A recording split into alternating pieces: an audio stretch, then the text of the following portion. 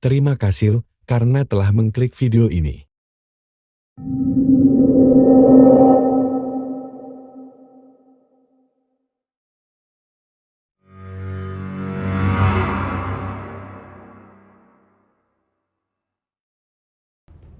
Ada sebuah cerita yang kita ambil dari seseorang yang kita sebut saja bernama Rudy. Rudy adalah pemuda yang akan merantau bersama pamannya di Pulau Kalimantan.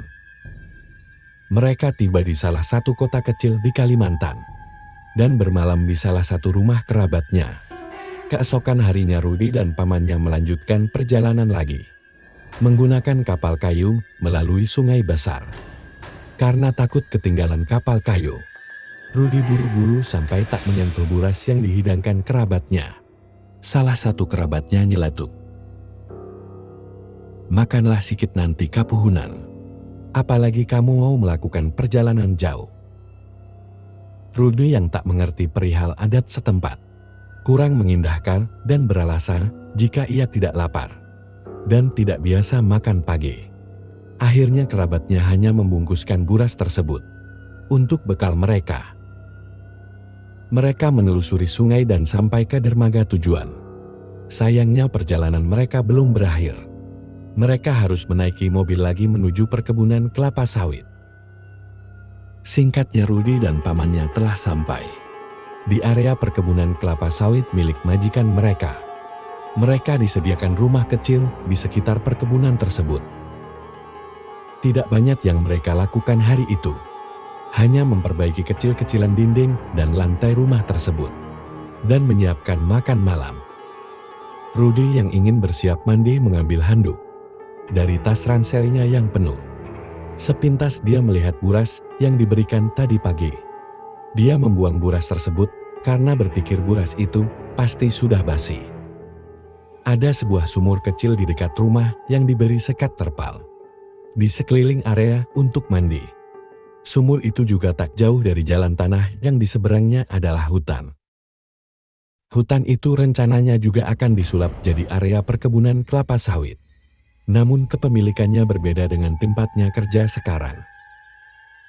Rudy mulai menimba air menggunakan timba yang terbuat dari jerigen bekas yang dipotong dan diberi tali. Dan tiba-tiba terdengar suara riuh di hutan sebelah. Hari yang mulai berganti ke malam menyulitkan Rudy melihat ke arah hutan. Tidak ada pikiran yang aneh-aneh. Dia yakin itu adalah suara monyet yang melompat ke dahan lain. Rudy hampir menyelesaikan mandinya ketika dia menyadari suara gaduh itu malah semakin dekat.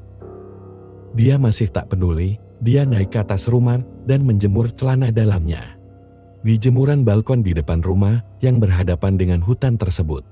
Sambillah Rudy ingin melihat wujud yang dia pikir monyet itu.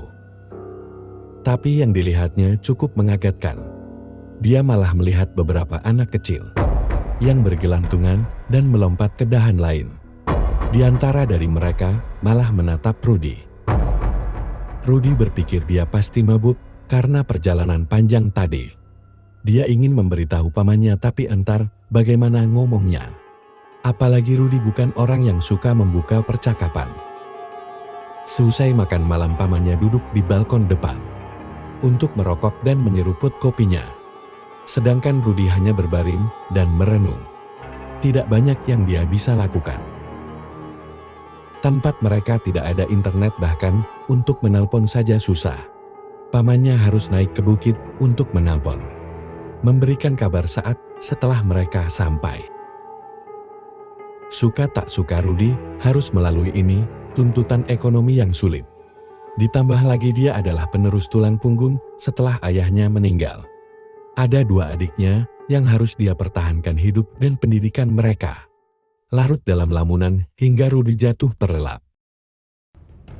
Dalam tidurnya, Rudy mengalami mimpi buruk.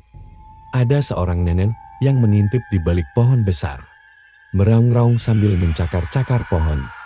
Di dalam mimpinya Rudy teriak-teriak ketakutan memanggil pamannya. Dan ia tersentak terbangun dari mimpi buruknya. Rupanya pamannya membangunkannya. Karena Rudy mengigau sambil teriak-teriak. "Badanmu panas, Rudy. kata pamannya sambil menyentuh dahinya. Dalam keadaan sadar, Rudi masih mendengar suara raungan itu.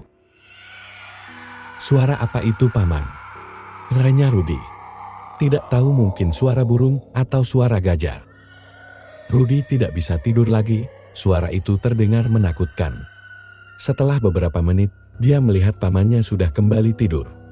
Rudi heran pamannya masih bisa tidur dengan keadaan begitu. Tiba-tiba terdengar suara seperti ada yang menaiki tangga satu persatu dan berlari-lari di balkon. Dia melihat pamannya masih pulas, rasanya gak enak membangunkannya. Awalnya dengan sedikit menyentuh tapi karena tidak ada respon. Rudi sedikit mengguncang tapi tetap tidak merespon. Akhirnya dia goncang dengan kuat tubuh pamannya tapi tetap tidak bergeming.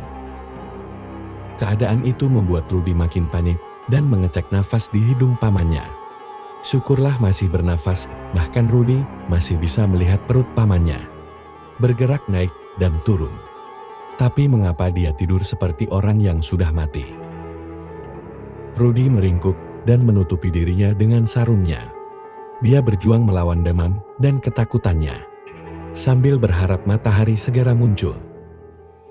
Pagi harinya barulah pamannya bangun dan memeriksa keadaan Rudi. Dia menyiapkan sarapan dan berkata pada Rudi dia akan ke bukit untuk menelpon. Sekembalinya pamannya berkata bahwa kerabat mereka yang kemarin berkata, Rudi mungkin kapuhunan karena tidak memakan buas yang kemarin dihidangkan. Apalagi status Rudi yang baru menginjak tanah Kalimantan. Itu adalah pamali. Kepuhunan adalah sebuah kepercayaan masyarakat lokal di Kalimantan. Istilah ini digunakan ketika seseorang ingin pergi ditawari makan dan minum, tetapi tidak mengindahkan dan akhirnya tertimpa musibah. Kemudian pamannya menyerahkan plastik hitam yang berisi buas yang kemarin dia buang. Dia harus memakannya, pesan kerabatnya, walaupun hanya sedikit. Rudi menyendok bagian tengah yang terlihat masih bagus dan melahapnya. Meskipun agak sedikit pilih, karena sudah dia buang di belakang rumah. Om ketemu ini di belakang kar? Tanya Rudi. Tidak, tadi pagi paman melihatnya di balkon. Jadi paman bawa masuk biar kamu makan. Mendengar itu Rudi makin merinding dengan tempat ini. Setelah melalui pergolakan batin, Rudi memberanikan diri untuk mengutarakan keinginannya bekerja di kota kecil, tempat kerabatnya kemarin. Dia sudah trauma tinggal di sini karena kesalahannya. Sang paman mengiyakan, tapi katanya kalau ingin pulang harus besok pagi. Karena sekarang sudah terlambat. Dirinya tak akan sempat lagi mengejar kapal kayu. Sebenarnya ada spedri lebih mahal. Deke, ini berarti dia harus bermalam lagi di sini. Tapi tidak seperti malam sebelumnya. Dia tidak lagi mendapatkan gangguan. Bahkan demamnya juga sudah lebih mendingan. Dengan berat hati, keesokannya dia pamit meninggalkan pamannya. Pamannya hanya berpesan untuk bersikap baik dengan keluarga yang akan dia tumpangi dan selalu mendengar setiap perkataan mereka. Tentunya Rudi menjadikan kejadian kemarin sebagai iktibar. Dengan menumpang truk kelapa sawit, Rudi meninggalkan tempat itu menuju dermaga sungai.